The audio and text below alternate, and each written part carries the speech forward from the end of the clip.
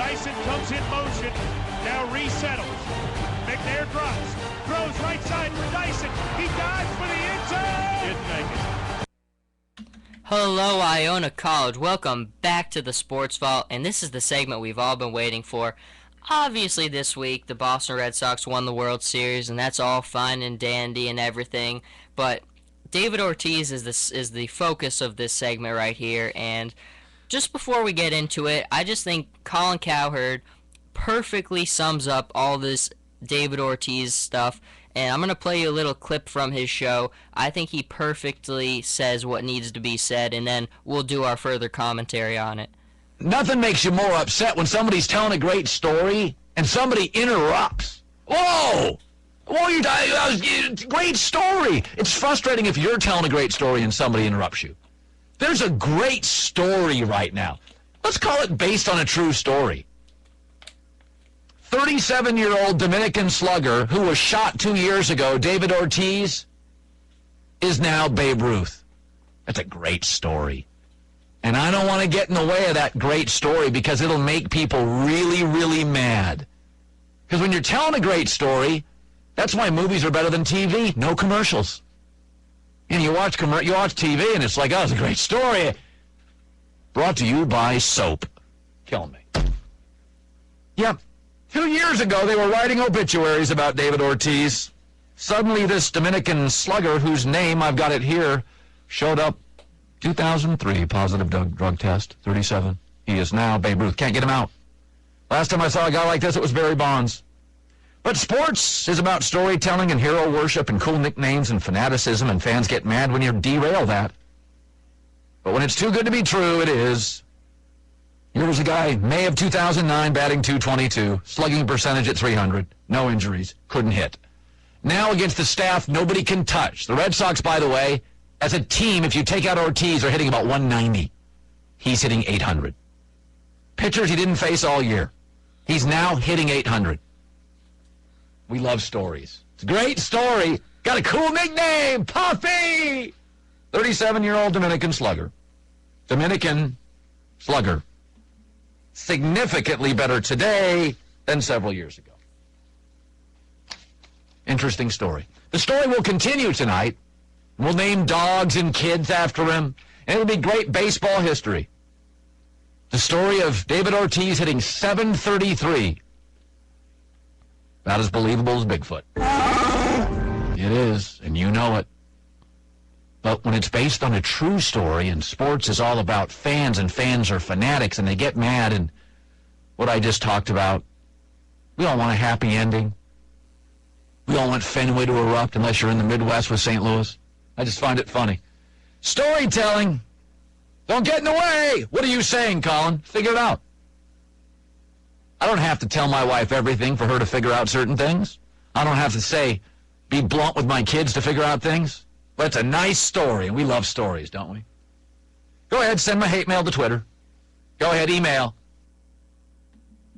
Well, that was the segment, and like I said before, I think Colin Cowherd, we're big fans of him on the show. I think he perfectly hit this one on the nail. This is 100% what he's saying, the believable thing. I mean, Ortiz, what he said, all those things. Ortiz, he was done 2 years ago. I mean, look at the stats from 2 years ago. He's hitting .238. I mean, the stats don't lie and things like that. He had a positive drug test in 2003. I mean, that's not disputable. He's better today than he was years ago. How does that work? How do you get... I mean, I'm sure you can't find a guy in baseball who from that age improves that significantly. Just the big thing about it, though, is baseball is all about numbers, and the numbers are meaningless in baseball now. The home run records, all these records in baseball, they mean nothing.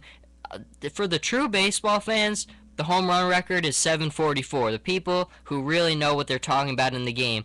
But the records are all ruined. I mean, baseball is one of the oldest sports in America, and it's always prided itself on being a sport about numbers. And when you've ruined the thing your sport has been based on, it just takes so much away from the great game. I mean, you can look at everything you want, but the numbers in baseball are meaningless now. They don't mean anything, and we can't fix them because we don't know who did things, who didn't. We didn't catch everybody who did stuff, and it just really takes away so much stuff. And the same thing about the titles, the championships, this one this year, anyone's over the steroid era. They're meaningless because there's so many guys who we've never caught and we never will know about who did things. And when you've cheated for things like this, I think it absolutely devalues championships, statistics, awards in this era of baseball. I think there's no way. I mean, everything is meaningless. Rob, do you think so? Yeah, definitely with this, this steroid era, especially in our time now, Joe, it's at its highest peak. It all started, with Sammy Sosa, Mark McGwire, guys like that, Barry Bonds, Rafael Palmeiro, and it really does ruin championships and stats and all that because, you know what? All these other guys like Babe Ruth, Hank Aaron, they work their butts off every day, and they put up those amazing numbers. They weren't using drugs to do that.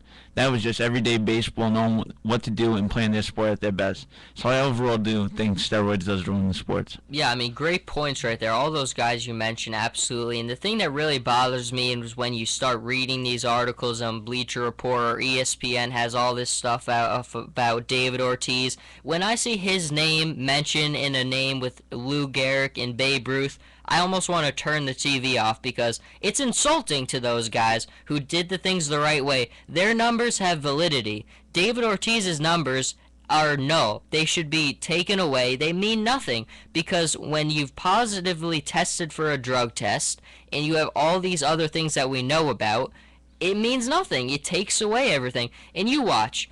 We already know the people who are believable. I mean, ESPN and everybody, they put Ortiz, even the MLB. It's more than Major League Baseball. Is they promote David Ortiz as this big poster child guy, and that's why they won't go after a guy. They go after a guy like A-Rod, and they don't go after a guy like David Ortiz, who basically has been doing the same thing as A-Rod has been. But they go after a guy won't go after a guy like him because he's too liked by people.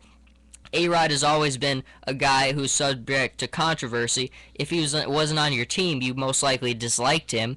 So a lot of people don't like him, and they like Ortiz, and the MLB isn't going to take away their poster child like that. It could be the same thing with Pujols. We saw the little incident we saw with Jack Clark, and then Pujols was backing off after Jack Clark said the lie detector stuff, and it's just the same thing. He was a poster child. Everybody liked him. The MLB's got to protect their poster boys. They don't want them to get in trouble because if that came out, it would be too damaging to the sport.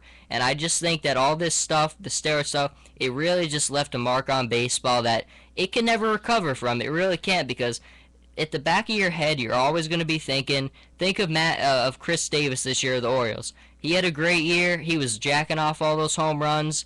But in the back of your head, you were always thinking, man, where'd this guy come from? How's he doing this now? And baseball's created a culture where that's just the way that things are going to go. We're always going to have that feeling in the back of our hand. And it's really sad because baseball's got such a great storied past. But the numbers, the championships over this last couple of years, this steroid era, they mean nothing anymore. They're all devalued. And that's just our little rant for this thing. Like I said, I think Colin Cowherd summed it up perfectly. I hope my adage to it is helpful. And we'll be back. We've got so much to talk about for the NBA. And stick with us. We'll be back in a few.